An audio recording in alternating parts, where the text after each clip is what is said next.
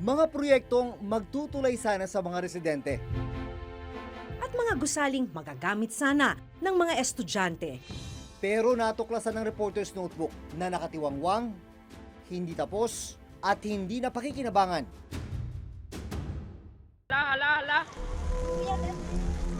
Sa kabila ng malakas na agos ng tubig sa ilog na ito. Balunan nyo, ha? Buong tapang itong tinatawid ng ilang residente at estudyante ng Barangay San Gregorio sa bayan ng Lambunao sa Iloilo. May tulay naman sa tabi ng ilog, pero ang problema, hindi na dito dumadaan ang tubig. Ang masaklap, 10 taon na ang nakararaan mula ng simulan nito, pero hanggang ngayon, hindi pa rin ito tapos at hindi pa rin nagagamit ng mga residente.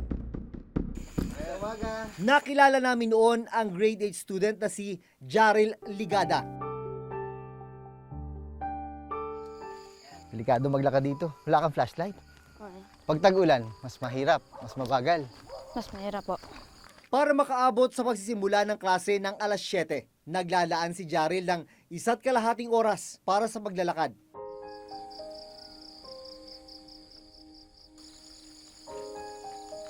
Maliban sa lubak sa kalsada, isang nakatenggang tulay ang aming nadaanan. Tulay na nasa ibabaw ng isang tuyong lupa. Eh ano nangyari? Bakit? Wala na, parang hindi na siya ginagamit. Kasi nag-iba ang direksyon ng tubig. Nag-iba.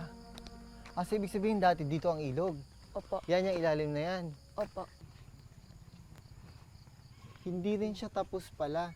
Ibig sabihin nung dati tinatawid nyo dito sa kawayan. Opo. Ano yung experience mo dati dito sa kawayan na to? Minsan po natatakot kasi parang dali na siyang masira.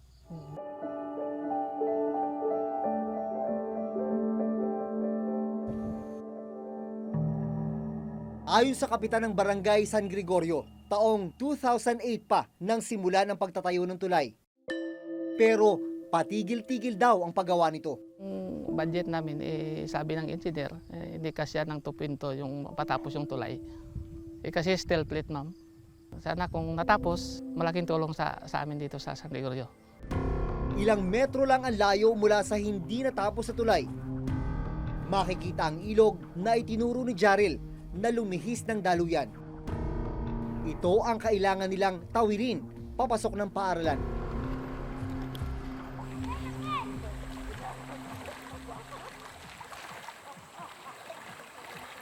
Pero dumarating sa punto ba na hindi kayo nakakapasok dahil sobrang laki ng tubig dito sa ilog? Opo. Isang linggo, hindi kami nakapasok kasi mas malalim pa dito. Ayon sa kasalukuyang alkalde ng bayan ng Lambunao, ang pagkalihis ng tubig sa ilog ang isa sa mga dahilan kaya nahinto ang konstruksyon ng tulay. Ang kanyang ama na dating alkalde ng Lambunao ang siyang nagpatayo ng tulay. Sa information based sa municipal engineer, naitayo yung bridge 10 years ago, noong 2008. Pero it was never finished. Tapos noong 2008 din, nung dumating yung Bagyong Frank, yung direction ng ilog nagbago.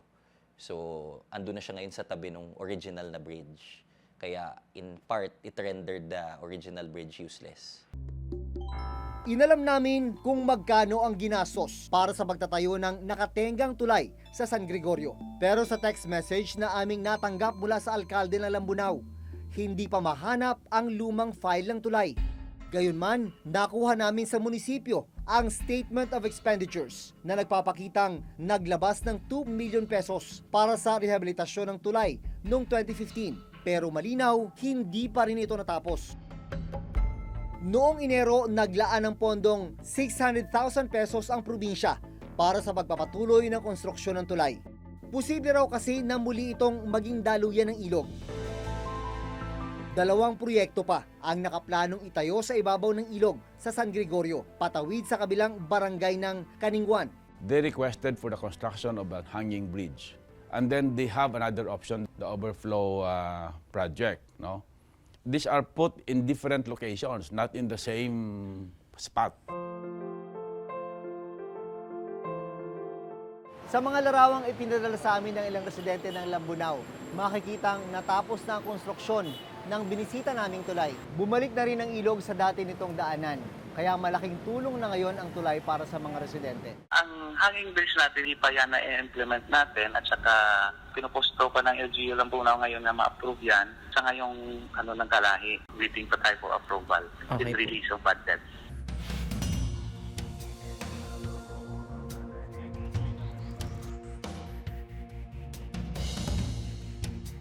Ito ang Katarman Bridge sa Samar. Kung makikita nyo naman, sobrang makipot para sa isang two-lane bridge. Kaya ang proyekto ay bridge widening, luluwagan.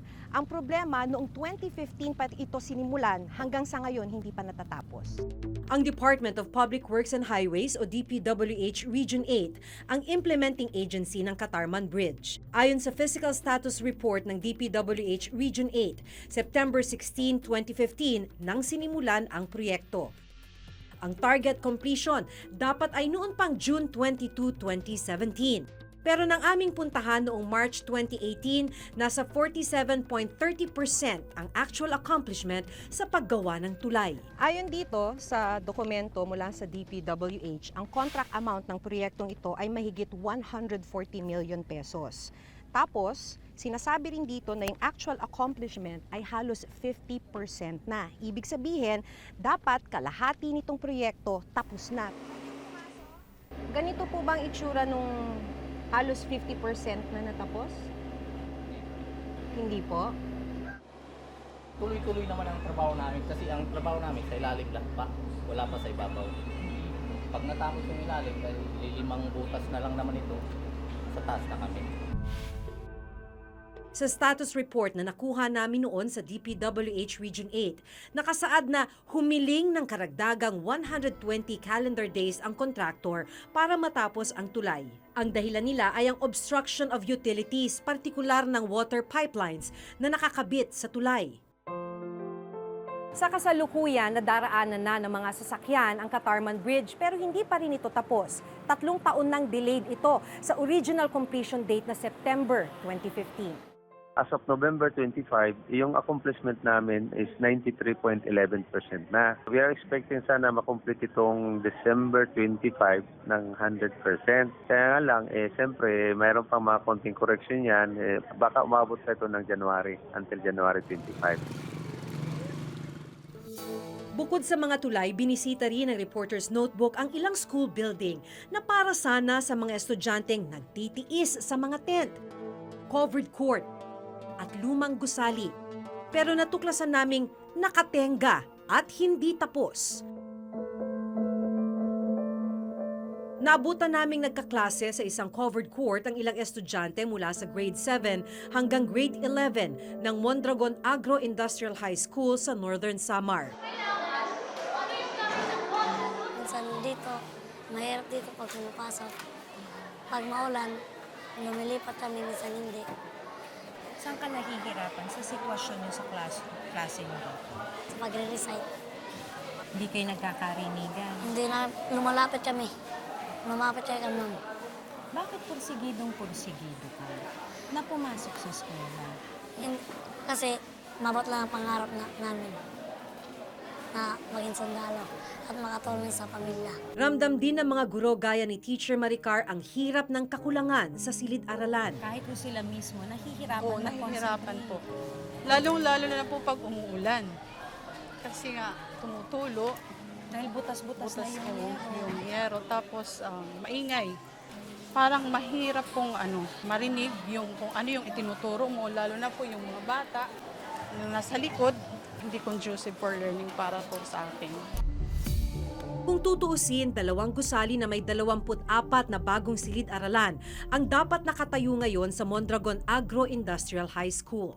Dito, sana, 12 classrooms ang pinakikinabangan ng mga estudyante. Yun nga lang, noong nakaraang taon, tuluyan nang inabandona yung paggawa sa school building na ito. At ito na lamang ang naiwan, mga talahib, halaman, at kinakalawang na bakal. Ang isa pang gusali, nasa 2nd palapag na ang paggawa pero mga poste at ilang pader pa lang ang nakatayo. Sa dokumentong ito mula sa DPWH Northern Samar District 1, 27.8 million pesos ang contract amount para sa dalawang gusali. Sinimula ng proyekto noong May 10, 2017 at may target completion date na February 10, 2018. Donasyon ng mga pribadong grupo ang school building na ito. Pagkatapos daw ng 3 buwan na konstruksyon ay napakinabangan na ng mga estudyante simula noong October 2017. Pero itong government project na ito na nauna pang simulan ang konstruksyon ay hanggang sa ngayon nakatiwangwang, abandonado at hindi napakikinabangan ng mga estudyante. Muling nagpaunlak ng panayam si Engineer Ruel Umali.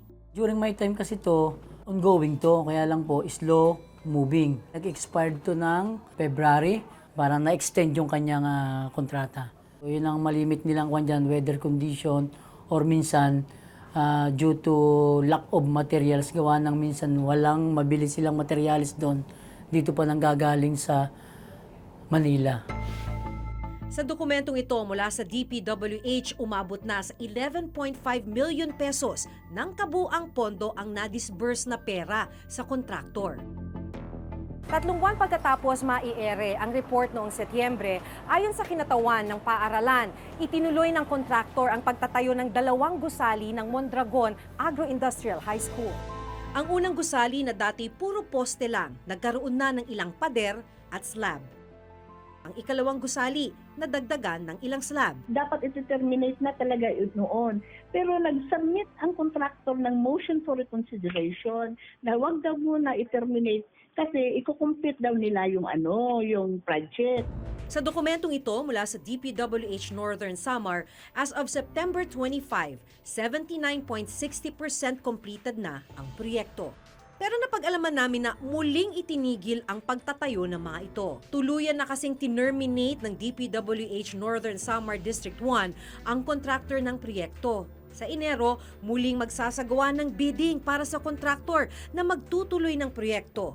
Kaya ang mga estudyante at guro, tila mahaba-haba pa ang pagtitiis. Ang tanong, ano ang mangyayari sa pondong naibigay na sa orihinal na kontraktor ng proyekto? Kasi may nangyari yan sa opisina, nakakuha ng advance payment, pwede i-deduct nila yan sa ibang sa project nila, kung saan man meron silang project.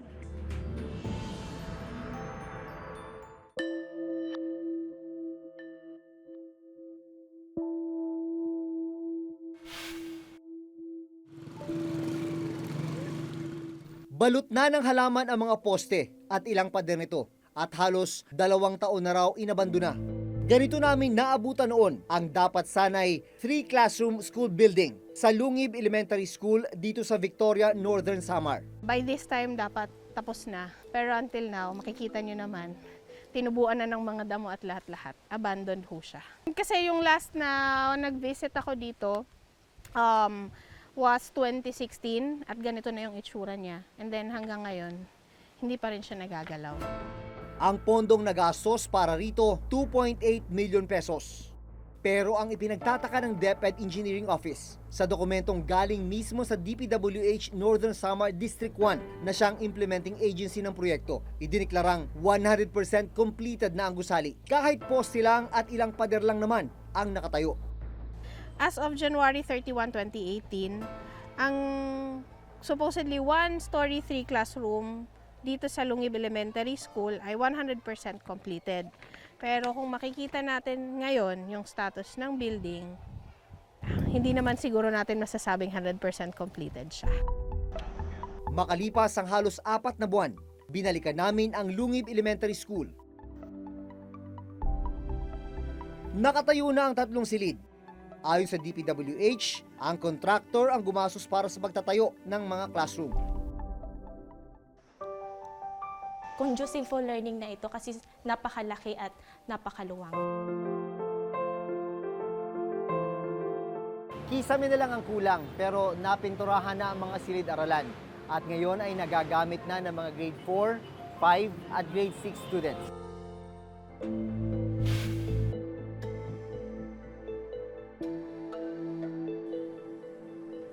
Iba naman ang problemang kinakaharap noon ng mga grade 12 students sa San Isidro Agro-Industrial High School.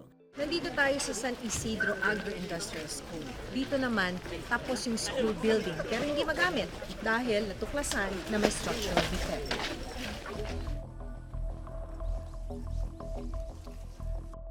Yung para na siyang, ano ma'am, para siyang nag-sink. Uy! Ganun ba katindi to, sir? Is that what you meant? Yan yung mga circular, andyan. We need an investigation para makita talaga natin kung ano ang cause ng vibration. Baka mahina ang reinforcement niya. So, yun ang fear natin. At pag mahina ang reinforcement, may possibility na bumigay siya. Bumigay yung sahig. And that is the reason na ayaw niya siyang paggamit muna. Ayaw muna, opo. Ayon sa DepEd, nagastos ang kabuuang 10.4 million pesos para sa gusali. Dahil hindi magamit yung school building, gumawa yung principal ng paraan. Kaya ginamit nila itong lumang building na to. Wala naman kasi silang choice. Talaga naman kasi wala nang ibang espasyo, kailangan daw nila itong pagtiyagaan. Pumapasok yung ulan sa atin. Pagka umuulan, Opo, kasi okay lang po yung bintana. Tsaka dahil po marami kami, sa ipenta po kami sobra. Sobrang init po, parang hindi na conducive yung room para sa amin. Matapos may ere ang aming report nitong Abril, ayon sa DPWH, kaagad sinimula ng pagsasaayos sa gusali. Pinalitan ang buong slab o flooring ng 3 palapag na gusali. Ayon sa DPWH, ang kontraktor ang gumastos sa lahat ng pagsasaayos sa school building. nitong Agosto, dumaan na sa assessment ang school building sa San Isidro Agro-Industrial High School para malaman kung ligtas na itong gamitin. Pero hanggang ngayon, hindi pa rin inilalabas ng DepEd at DPWH ang resulta ng assessment. Mga poste rin ang nadatnan namin noon sa school building na ito sa Alegria National High School. Para rin sana ito sa mga senior high school students. Mas magiging komportable po yung pag-aaral namin kaysa kasi sa mga room namin ngayon na mainit. Taong 2015 ang maglaan ng 10.6 million pesos na pondo para sa pagtatayo ng school building. Target completion nito ay September 4, 2016. Ang contract cost, mahigit 10 million pesos, 10.6 million pesos. Yung contract duration o kung gaano katagal siya dapat gawin hanggang matapos ay 150 calendar days. Ibig sabihin lamang nun, sa loob ng 150 calendar days, dapat tapos na yung proyekto. Pero ito lang nasa likuran lang nung karatula, ito na yung school building na sinimulang itayo noong 2016. Wala pa rin. Ayon sa district engineer noon, 40% completed na ang gusali. Ang ginastos, 35% ng 10 million pesos o halos 4 na milyong piso. Ang Alegria, kung hindi po ako nagkakamali, 35 o 30%, ganyan po. Nag-release na po kayo ng 30% of the 10 million pesos sa Alegria? Nakita nyo na ho ba na ilang poste pa lang ang nakatayo ron? Binalidate naman po namin yan bago okay naman po yung sa tingin naman po namin, sa validation namin, hindi naman po nag-over yung payment namin. August 2018 ang una naming binalikan ang proyekto. May ilan mang naitayong bahagi nito, hindi pa rin ito tapos. Sa pagbabalik namin itong Desyembre sa Alegria High School, hindi pa rin tapos ang school building. Pero ayon sa DPWH, 64% completed na ito. Sakop pa rin daw ito ng original budget na 10.6 million pesos. Inaasahang matatapos ang gusali ngayong December 2018. Kaya ang mga senior high school student, wala pa ring magamit na bagong silid-aralan. Tingin namin hindi pa matatapos by December 31, ang opisina mag-ano na ng contract termination.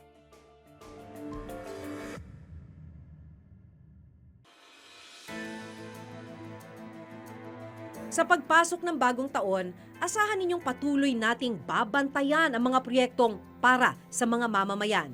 Mahalagang matiyak na mapakinabangan ang mga ito dahil pera natin to. Masaganang bagong taon sa ating lahat. Ako si Maki Pulido. Ako si Jun Veneracion at ito ang nakatala sa aming Reporter's Notebook.